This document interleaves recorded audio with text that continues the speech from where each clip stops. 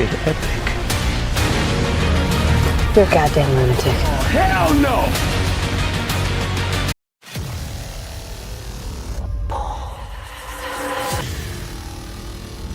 Agent Argyle.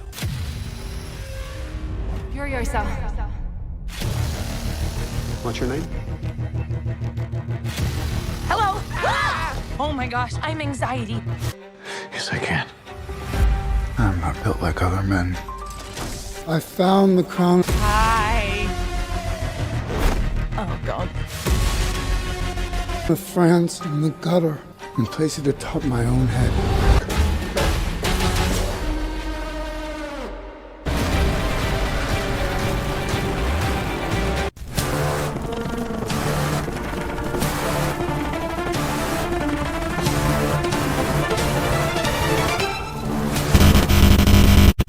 Some of the summer 2024 movies we can't wait to see.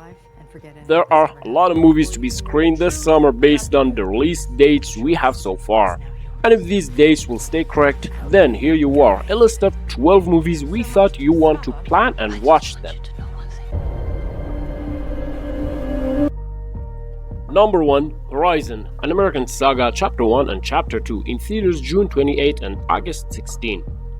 Kevin Costner's passion project, which, as he has said, he mortgaged his 10-acre oceanfront property in Santa Barbara, California, to finance it, returns him to Dances with Wolves territory. Settlers arriving in covered wagons, expecting indigenous communities to disappear.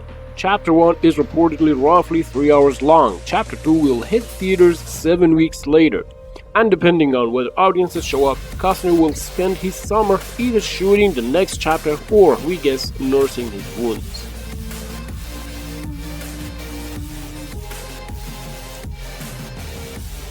Number 2. A Quiet Place, Day 1, in theaters June 28.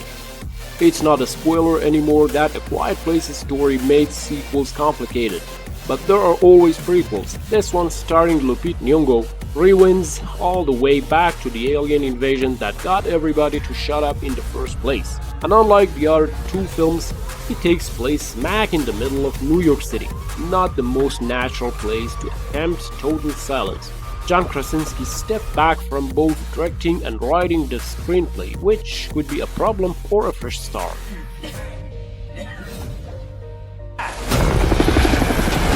Number 3. Beverly Hills Cop Axel Foley on Netflix July 3. Street-smart Detroit detective Axel Foley is the role that made Eddie Murphy a movie star in 1984. This Part 4 has been in development since the mid-1990s, after morphing briefly into a TV pilot that never got picked up. Joining Murphy from the earlier films will be fellow cops Josh Reynolds, John Ashton, and Paul Reiser, as well as Bronson Pinchot's star-making art gallerist Serge. Hey, Joe. Number 4. Fly Me to the Moon in theaters July 12. Space race rom-com isn't exactly well-trod territory, so this project from Greg Berlanti could be a light, refreshing summer diversion starring a pair of ridiculously good-looking actors.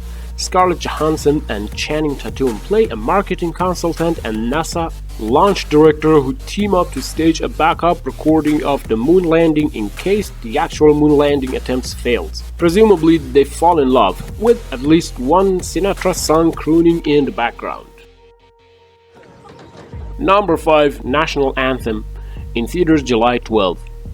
This is the first feature by photographer Luke Gilford. Charlie Plummer stars as a young man in New Mexico who takes a job at a homestead of queer rodeo performers where, as often happens in films like this, he comes to learn things about himself. I haven't yet seen it, but by all counts it's a quiet and lyrical movie that tells a queer story that isn't rooted in trauma and tragedy, but in self-discovery and finding your people. It arrives at a time when those stories are much needed. Number 6. Sing Sing in theaters July 12, limited, and August 2nd wide. One current rule: if it has Coleman Domingo in it, it'll be worth watching. Sing Sing is about a man played by Domingo who is incarcerated for a crime he didn't commit and who joins the New York prison's theater program to produce a comedy with his fellow inmates. the movie's publicity campaign makes some broad claims, including that it's a true story of resilience, humanity, and transformative power of art. But if it lives up to them, the way its early reviews suggest, it'll be special.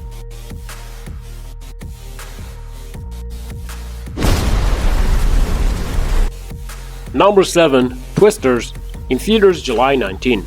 The most intriguing thing about this sequel to the classic bombastic disaster movie Twister is that it's directed by Lee Isaac Chung, who directed Minari, one of the least bombastic films in recent memory.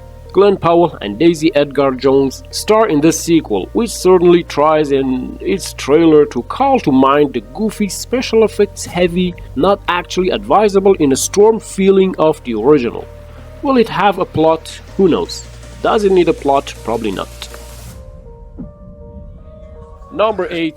Deadpool and Wolverine, in theaters July 26. Marvel may be releasing only one superhero movie this year, but it's a double-header, with two regenerative dudes in spandex, one joke-spewing and disfigured, the other snarling and adamantium clawed, teaming up to save something or other. Technically, it's Ryan Reynolds' movie, so he'll be setting the tone, meaning lots of laughs. What? You say Wolverine died in his last movie? Well, to that I say multiverse or time shift or who cares, if Hugh Jackman's willing to come back.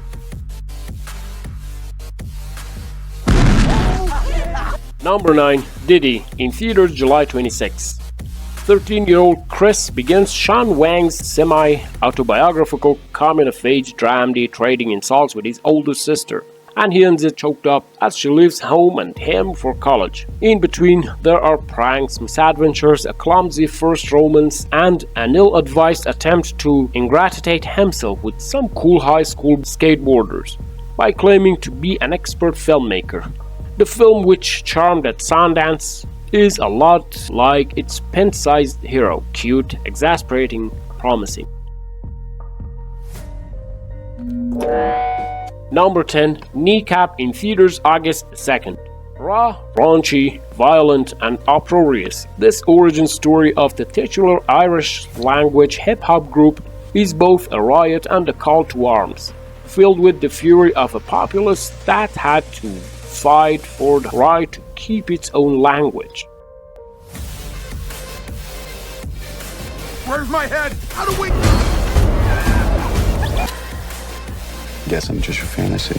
Always hungry. Should not know people. To stay in the game.